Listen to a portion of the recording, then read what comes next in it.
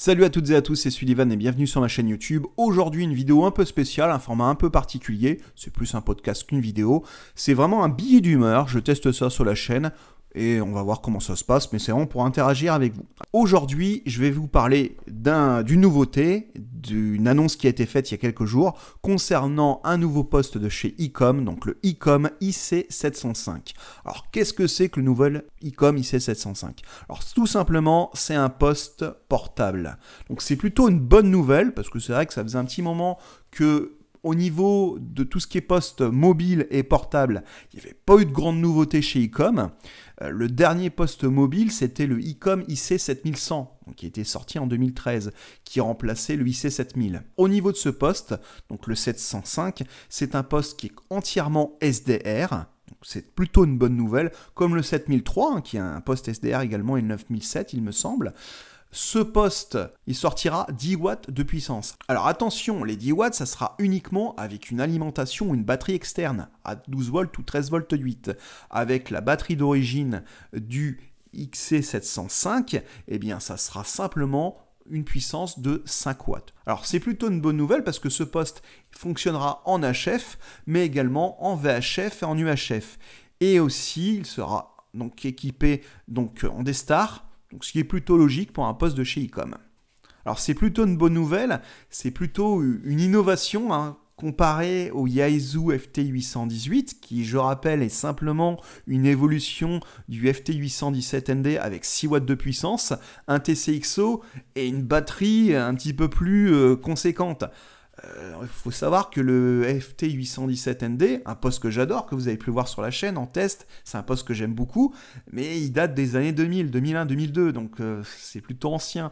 Donc le 818, je ne sais pas s'ils ont fait vraiment un upgrade par rapport au 817ND, mais il n'y a pas de grosse nouveauté, alors que le IC705, là on est vraiment sur un nouveau poste. Alors c'est vrai qu'il y a de la concurrence sur les postes QRP. Il n'y a pas simplement Yaesu avec le 817, 817ND et le 818.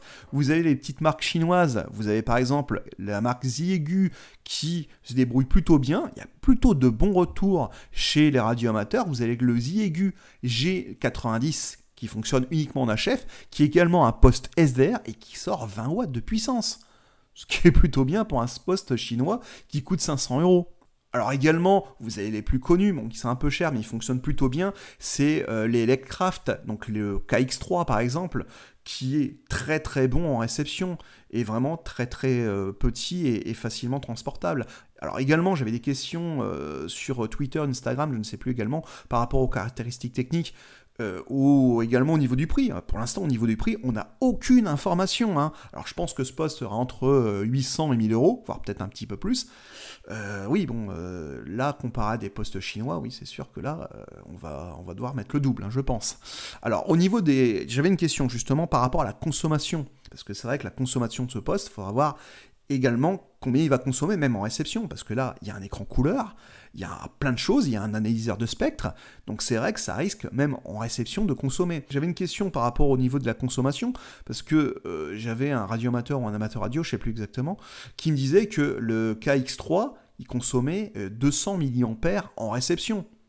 Avec 200 mAh, c'est la fête, quoi. Vous n'êtes pas obligé de changer les batteries tous les 5 minutes pour faire de la réception. Vous pouvez les garder des mois, limite.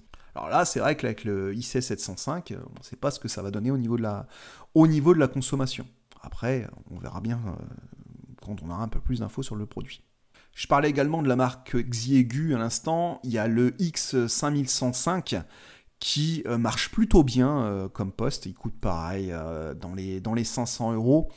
Pas un poste SDR, mais il est équipé d'un tuner. Parce que pareil, là, sur le IC705, il n'y aura pas de tuner.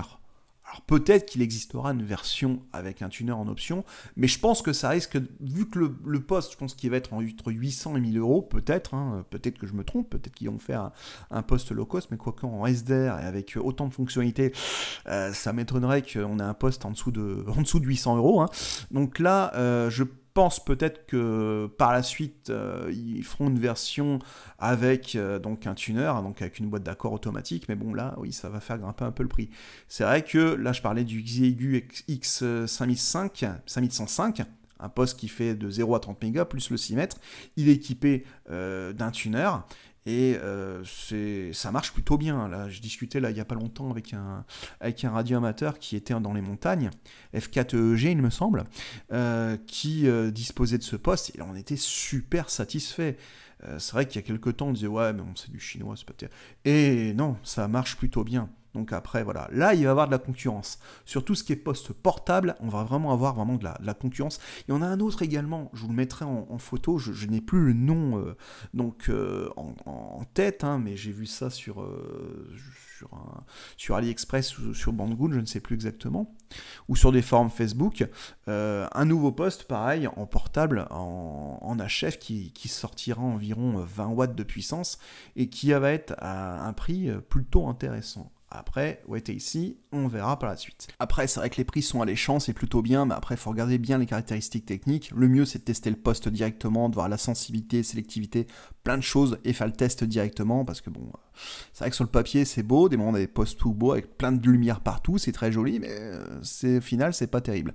Voilà, donc pour ce petit billet d'humeur, alors moi, je suis plutôt content, parce que c'est vrai que ça faisait un petit moment que Icom n'avait pas sorti de poste mobile. Donc là, c'est vrai que ça bouge un petit peu. Alors, faut se rappeler également que Icom, au niveau du marché pour tout ce qui est radioamateurisme, c'est une petite partie. Hein. Icom, ils sont vraiment orientés donc sur tout ce qui est radiocommunication, donc aéronautique, et également tout ce qui est mobile maritime, tout ce qui est portable maritime, et également poste fixe ou portable. Hein. C'est vraiment leur credo. Le radioamateurisme, c'est pas grand chose quoi, voilà. Donc en tout cas j'espère que cette petite vidéo, enfin si on peut appeler ça une vidéo, vous aura fait plaisir, enfin plus un billet d'humeur. N'hésitez pas à mettre des commentaires, hein, dans la joie et la bonne humeur comme d'habitude. Je vous dis à très bientôt pour de prochaines vidéos, donc la suite du test du Yaesu FT817ND, la partie VHF UHF.